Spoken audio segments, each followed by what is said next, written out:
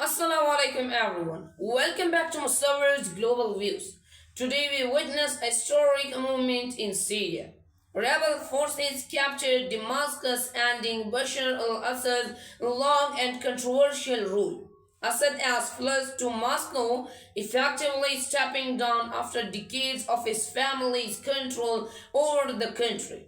This victory was declared by the rebels who called on displaced Syrians worldwide to return home and start rebuilding their lives.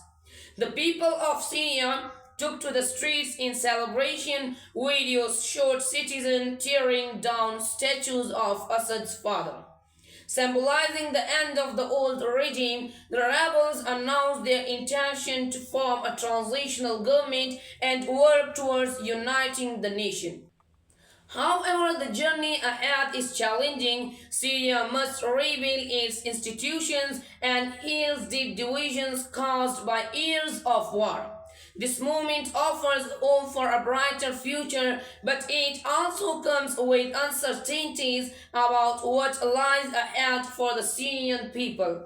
Stay connected for more updates on these developing stories. Please like, share, and subscribe to Musawir's Global Views. Thank you and Allah Hafiz.